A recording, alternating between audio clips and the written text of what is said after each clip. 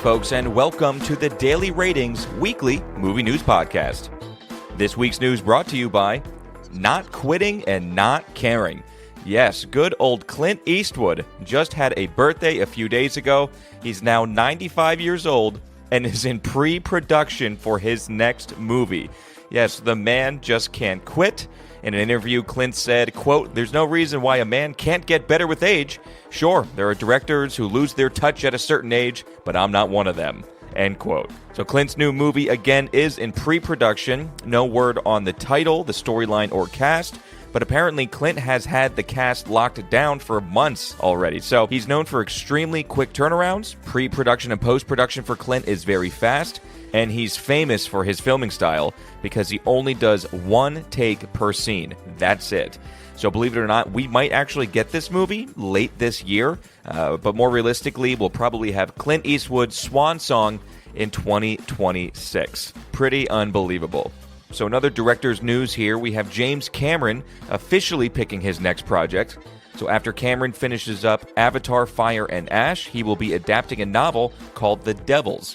So the book was written by Joe Abercrombie, who will also be co-writing the script alongside Cameron. The Devils is a dark fantasy epic centering on a special force of monsters enlisted to save Europe from a scourge of flesh-eating elves. So Cameron's looking to have some fun, it seems, on this one. He'll probably get a big budget as well, since it is James Cameron, and we'll see how he creates another fantasy world for us all.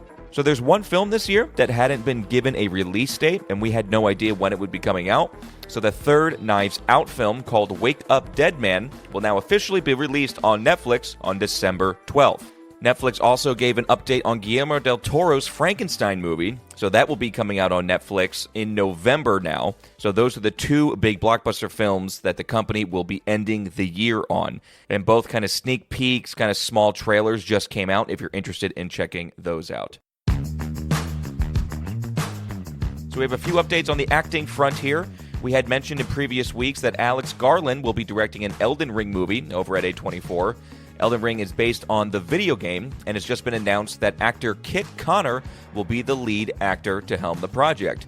Kit is known for his Netflix TV role in Heartstopper, and he was one of the soldiers in Alex Garland's recently released film, Warfare. Over to another fantasy world for the Legend of Zelda movie. So director Wes Ball is helming the live-action Zelda project, and things have been kept very quiet about that film, but it is apparently filming later this year. It has come out now that actress Hunter Schafer might be playing the lead character of the Princess Zelda.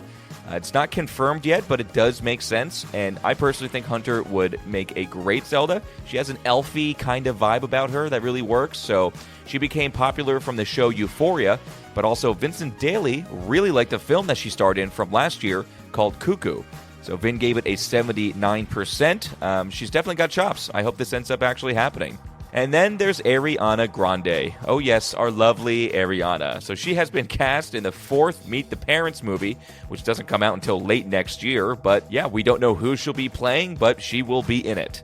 So Grande has been getting a lot of offers from all different studios after Wicked Part 1. And she's passed on every single one of them. So it's kind of shocking that this is the one project that she's picked up outside of Wicked so far. But yeah, Meet the Parents 4. I don't know. We'll see. And we will see next November. But that's it. That's all I have for this week. Let's jump on over to the box office for this past weekend. So the fifth highest grossing film was called Bring Her Back with $7.1 million. That's a new release from a directing brother duo. Vin liked their first film, and he's watched this one. I'm excited to see what he thinks about it. Fourth for the weekend was Final Destination's Bloodlines with $10.8 million. Third was Karate Kid Legends. It's a new release with $21 million, and yes, even Jackie Chan can't quite put the moves on our top two movies this weekend, and it's the same as last weekend. So the second highest grossing was Mission Impossible: The Final Reckoning, making $27.3 million, and then retaining the best for the weekend was Lilo and Stitch, raking in $63 million. So the worldwide totals so far, we have Mission at $354, and Lilo and Stitch sitting pretty with $611 million in the first 2 weeks. Very, very good.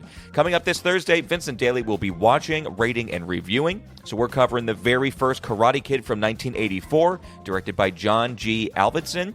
Then, with that whetting our appetites, we're going to cover the newly released Karate Kid Legends. That's directed by Jonathan Entwistle. And lastly, we're covering that scary new film from the Philippou brothers, and that's called Bring Her Back. But that's it for your weekly movie news here, folks. We'll leave you today with a quote from an actor, Clint Eastwood. "I will never win an Oscar. And do you want to know why? First of all, because I'm not Jewish. Secondly, I make too much money for all those old farts in the Academy."